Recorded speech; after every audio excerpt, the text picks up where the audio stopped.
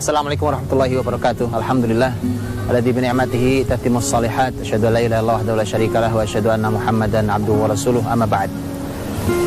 Hidup ini antara bahagia dan sedih, antara senang dan susah, dan hidup ini juga orang antara keadaan yang membuat nyaman dan keadaan yang sempit. Karenanya ada pembahasan yang harus kita bahas sesuai dengan panduan syariat tentang tema sedih. Siapapun tidak ada yang mau sedih, siapapun itu. Hidup ini kita tidak ada yang mau sedih. Kesedihan sesuatu yang memberatkan dalam kehidupan seorang, bahkan bisa menghentikan perjalanan seseorang. Hanya masalahnya adalah ketika seseorang hari ini atau panduan manusia ini sudah berubah. Bukan panduan yang menciptakannya, tapi panduannya tidak ada panduan sama sekali sebenarnya. Semua hanya berdasarkan pengalaman pribadi, hanya berdasarkan orang-orang tertentu dan seterusnya. Maka dari itulah kemudian orang bahkan tidak tahu bagaimana bersikap dalam hidup. Orang akhirnya susah untuk lari dari kesedihan-kesedihan. Orang hidupnya penuh dengan kesedihan-kesedihan. Maka Islam yang perlu dipahami ada dua hal besar dalam Islam. Yang pertama adalah bahwa Islam adalah agama yang tidak pernah menganjurkan kesedihan. Islam agama yang bahagia, agama yang menyenangkan, yang akan mendorong orang untuk hidup dalam kelapangan hidupnya. Dan yang kedua adalah bahwa bagaimana kita bersikap ketika kita mengalami kesedihan. Imam Ibnu Qayyim rahimahullah ta'ala dalam kitabnya Madarijus Salikin, luar biasa beliau menjelaskan dengan sangat detail, sangat dalam, dengan dalil-dalil yang kuat tentang tema sedih ini. Dahsyat. Beliau mengatakan, kata beliau bahwa kesedihan itu adalah sesuatu yang tidak pernah diajarkan dalam Islam. Islam tidak pernah ini bukan agama kesedihan. Tetapi kesedihan itu adalah sebuah tempat yang pasti akan disinggahi oleh setiap orang. Dibedakan. Jadi bedakan antara bahwa kesedihan itu adalah sebuah tempat yang akan disinggahi oleh siapapun. Artinya setiap kita pasti akan sedih, walaupun di sebagian episode kehidupan kita. Tetapi Islam sendiri tidak mengatakan bahwa tidak menganjurkan orang untuk bersedih. Ketika kita membaca Al-Quranul Karim, Ibnu Qayyim memaparkan panjang lebar. Beliau mengatakan bahwa Al-Quran sendiri banyak sekali memerintahkan kita untuk jangan bersedih. Kita dilarang untuk bersedih. Allah berfirman bahkan kepada Rasul sallallahu alaihi wasallam dalam posisi beliau sudah dikejar oleh orang-orang kafir Quraisy dalam perjalanan hijrah beliau. Kemudian Abu Bakar menangis. Nabi sallallahu alaihi wasallam berkata, diabadikan dalam Al-Qur'an, la tahzan innallaha ma'ana. Jangan sedih, Allah bersama kita. Begitu dalam ayat yang lain. Tapi ayat yang lain Allah Subhanahu wa taala berfirman, wala tahzan alaihim, Muhammad, jangan sedih menghadapi mereka itu. Orang-orang yang memusuhimu itu, kamu jangan bersedih. Nah, kalau boleh dibilang Nabi SAW bersedih, sedih. Bagaimana tidak, beliau dibudustakan, beliau dilempari, bahkan dicaci maki, dihina dan seterusnya. Tetapi ternyata Allah mengingatkan, jangan sedih Muhammad, jangan sedih berhadapan dengan mereka. Bahkan Allah Subhanahu wa ta'ala menjanjikan kepada kita bahwa orang-orang yang beriman adalah orang-orang yang akan mendapatkan hasil. La khaufun alaihim walahum yahzanun. Tidak ada takutnya, tidak ada sedihnya. Orang itulah orang beriman, tidak ada takutnya, tidak ada sedihnya. Bahkan puncak dari semuanya adalah ayat Allah Subhanahu wa ta'ala, bahwa ketika nanti orang-orang sudah memasuki kenikmatan abadi, kenikmatan terbesar yang kekal di dalamnya, yaitu surga Allah Subhanahu wa ta'ala, maka semua yang masuk surga akan berkata, wa qala alhamdulillahilladzi adhaba 'annal hazan. Segala puji bagi Allah Subhanahu wa ta'ala yang telah wa qala alhamdulillahilladzi adhaba 'annal hazan. Mereka berkata, segala puji bagi Allah yang telah menghilangkan dari kami kesedihan. Artinya di surga sama sekali tidak ada kesedihan. Di surga tidak ada kesedihan.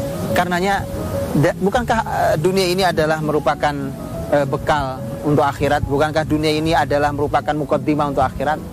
Kalau di surga tidak ada kesedihan, maka begitulah orang beriman di muka bumi ini. Tidak ada takut, tidak ada sedihnya. Karenanya puncak dari semuanya adalah ketika seseorang nanti masuk surga, dia akan berkata, segala puji bagi Allah yang telah menghilangkan dari kami kesedihan. Artinya, orang beriman sekalipun hidup di dunianya ada sedihnya, tapi begitu masuk ke surga Allah Subhanahu wa ta'ala, sedih itu hilang. Tapi sekali lagi bahwa kesedihan itu bukan merupakan sebuah perintah agama untuk orang bersedih, apalagi dalam kehidupan dunia ini, tetapi dia hanyalah tempat yang akan disinggahi oleh siapapun. Dan Rasulullah Shallallahu Alaihi Wasallam, sebagaimana disampaikan oleh sahabat mulia Abdullah bin Al-Harith radhiyallahu anhu, kata Abdullah bin Al-Harith bahwa ma ra'aitu ahadan akthar tastabassuman min Rasulullah SAW. Aku belum pernah melihat ada orang yang paling banyak tersenyumnya melebihi Rasul Sallallahu Alaihi Wasallam. Artinya Rasul orang yang Masya Allah tersenyum, indah hidupnya, senyum indah. Makanya ini adalah kehidupan yang membahagiakan. Orang beriman, orang yang bahkan diminta, diajari kita oleh Rasul untuk berlindung dari kesedihan. Allahumma inni a'udzubika minal ham wal huzn. Ya Allah, aku berlindung kepadamu dari kegundahan dan kesedihan. Al-ham wal huzn, kata Ibnu Qayyim rahimahullah ta'ala, bedanya ada. Kalau ham, kegundahan, itu pada sesuatu yang akan terjadi. Artinya kita memikirkan sesuatu yang akan terjadi, kemudian kita menjadi gundah hidup kita, itu namanya ham. Adapun huzn, kesedihan, adalah pada sesuatu yang telah berlalu. Artinya ada peristiwa-peristiwa yang sudah berlalu, itu yang membuat kita bersedih. Dua-duanya kita diminta di dalam syariat untuk berlindung kepada Allah Subhanahu wa ta'ala. Jangan sampai kita sedih disebabkan oleh sesuatu yang telah berlalu. Jangan sampai kita bersedih oleh sesuatu yang sebenarnya belum terjadi. Maka dari itulah bersedih ini di dalam kehidupan orang-orang yang beriman itu harus mendapatkan perhatian juga. Untuk kita lihat, ini tentu berbeda dengan kegundahan orang-orang soleh yang hidup di tengah lingkungan yang rusak umpamanya. Yang oleh para ulama disebut bahwa kesedihan itu ada kesedihan karena urusan dunia kita, ada kesedihan karena urusan akhirat kita. Urusan dunia kita mungkin seseorang la qadarullah kehilangan harta, kehilangan orang yang dicintainya, dan seterusnya, berbagai macam musibah. Jangan sampai itu membuat hidup kita larut tenggelam dalam kesedihan. Dan adapun kehidupan kesedihan kita terhadap akhirat, kegundahan kita pada akhirat kita beramal dengan penuh takut pada Allah Subhanahu wa taala, antara berharap diterima amal kita, antara kita khawatir amal kita diterima Allah Subhanahu wa taala. Justru itu yang diajarkan dalam Islam.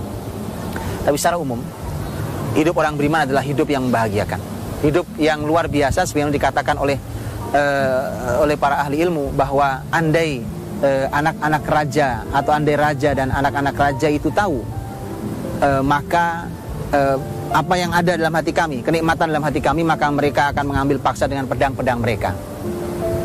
Ini menunjukkan bahwa raja, anak raja, kekayaan, jabatan, pangkat, kebesaran, fasilitas, ternyata bukan itu yang menjadi penyebab seseorang menjadi bahagia. Ternyata ketika seseorang dengan imannya, itu yang disebut membahagiakan dalam hidup seseorang. Adapun bagaimana ketika seseorang merasa sedang dalam kesedihan, bagaimana bersikap, bagaimana seseorang harus supaya dia jangan sampai kesedihan itu membuat dia berhenti dalam langkahnya. Ini berbahaya kalau gara-gara kesedihan kemudian seseorang berhenti dalam perjuangannya. Karena itulah maka Nabi SAW ketika berdakwah di masyarakatnya sedih juga, karena ini urusan akhirat, di mana Nabi berdakwah dengan semua hal yang didapatkannya. Ada yang mengingkarinya, kafir, menentangnya, menolaknya, mencaci makinya, melemparinya, bahkan berencana membunuh beliau. Ternyata Rasulullah SAW sedih. Tapi sedih itu tidak boleh sampai mencelakai diri. Karenanya Allah Subhanahu wa taala berfirman, "Fala'allaka bakhi'un nafsaka 'ala atharihim illam yu'minu bihadzal hadithi asafa." Jadi Muhammad, jangan sampai engkau mencederai, membinasakan dirimu sendiri hanya karena merasa sedih melihat mereka tidak kunjung beriman. Itu tidak boleh. Ada sedih, ada. Pasti orang beriman dakwah tidak disambut oleh masyarakatnya. Melihat masyarakat dalam kekafiran sedih sekali. Tetapi itu tidak boleh sampai menghancurkan, mencederai orang-orang beriman dalam hidup, sampai menghentikan langkah orang-orang beriman. Karenanya kalau kita bersedih dalam urusan harian dunia kita, segala macam kita bersedih, orang beriman harus mengukur banyak hal. Karena sebatas apa kita berhubungan dengan Allah Subhanahu wa taala, maka sebatas itulah kita akan mendapatkan bahagia. Artinya, kalau hubungan kita dengan Allah kuat sekali, maka bahagia di hati kita tebal sekali. Tetapi kalau kita berhubungan dengan Allahnya lemah sekali, maka alangkah kecilnya bahagia dalam kehidupan kita. Walaupun kita menganggap mungkin sudah bahagia, tapi kecil sekali bahagia itu. Dan ternyata kalau orang sedang bersedih itu, Nabi SAW berusaha menghibur kita semuanya supaya tidak berkelanjutan. Kalau ada yang bersedih, maka Nabi SAW mengatakan bahwa, kata Nabi, orang tidak ada apapun yang menimpa orang beriman, baik itu berupa sakit, berupa kesedihan, kegundahan, bahkan hingga duri yang menusuknya, kecuali Allah akan mengampuni dosa-dosanya. Artinya bahwa orang-orang beriman mendapatkan pahala dari kesedihan yang menimpa dirinya. Untuk itulah maka kalau ada orang yang hidupnya terus bersedih, dia berturut-turut kesedihan itu, maka cobalah koreksi tentang iman kita, tentang hubungan kita dengan Allah Subhanahu wa taala, tentang dosa, yang dosa itu menyebabkan kita serba ragu, serba gundah dalam hidup ini. Coba dikoreksi itu. Jangan-jangan itulah yang menjadi penyebabnya. Mari kita hilangkan itu supaya hilang kesedihan, pergi kesedihan itu dari kehidupan kita. Dan inilah yang seharusnya juga oleh orang-orang beriman harus diperhatikan dalam kehidupannya, karena ternyata orang-orang beriman ini diperintahkan Allah untuk berbahagia. Ketika seseorang bersedih, maka seseorang harus juga melakukan tindakan yang benar. Karena jangan sampai bersedih itu terus berkelanjutan sampai membuat orang putus asa. Karena kalau putus asa, dikhawatirkan dia akan melakukan tindakan-tindakan yang tidak terpuji. Makanya dia harus kontrol betul kesedihannya. Dan lihatlah Rasul ketika menyampaikan, orang beriman itu hidup di antara dua rel. Yang pertama adalah ajaban li amril mu'min inna amrahu kullahu lahu khair fa in asabahu sarra syakar fa kana khairan lah. Orang beriman itu semua kehidupannya baik, semua urusannya baik. Kalau dia dalam keadaan sedang mendapatkan kesenangan, dia bersyukur. Dan itu baik buat dia. Itu rel pertama. Dan yang kedua adalah wa in asabathu dharra sabar fa kana khairan lah. Tapi kalau dia mendapatkan musibah, kesulitan, maka dia bersabar. Dan itu baik buat dia. Jadi inilah dua rel orang beriman. Dua-duanya harus ada. Kalau kita dalam keadaan sedang bersedih, maka ingatlah juga hadis ini. Dan juga bahwa ingatlah ketika ayat nanti kelak, ketika Allah Subhanahu wa ta'ala dengan rahmatnya memasukkan kita ke dalam surganya, maka kita termasuk orang yang akan berkata segala puji bagi Allah yang telah menghilangkan semua kesedihan ini. Ingatlah ayat ini, maka ayat ini akan menghilangkan kegundahan dalam hati kita. Karena betapapun sedihnya hidup di dunia ini, betapapun besar musibah yang ada di dunia ini, maka kalau kita orang beriman, kesedihan itu tidak akan lama, gak seberapa. Karena hidup di dunia ini tidak akan lama. Tapi kita akan berkata kelak di surga Allah Subhanahu wa ta'ala, segala puji bagi Allah yang telah menghilangkan kegundahan dan kesedihan. Tidak akan ada lagi kesedihan ketika kita masuk ke surga Allah Subhanahu wa ta'ala. Dan orang-orang beriman adalah orang-orang yang ketika dia mendapatkan kesedihan, maka kesedihan itu mari kita maknai diantaranya juga sebagai ampunan dosa-dosa kita. Artinya bahwa lebih baik kita mendapatkan kesedihan ini sebagai sebuah tebusan dari kesalahan kita, daripada kemudian kesalahan kita nanti ditumpuk di akhirat dan pertanggungjawabannya sangat berat. Makanya ketika kita mendapatkan kesedihan itu, maka mari kita koreksi, evaluasi diri kita dan seterusnya.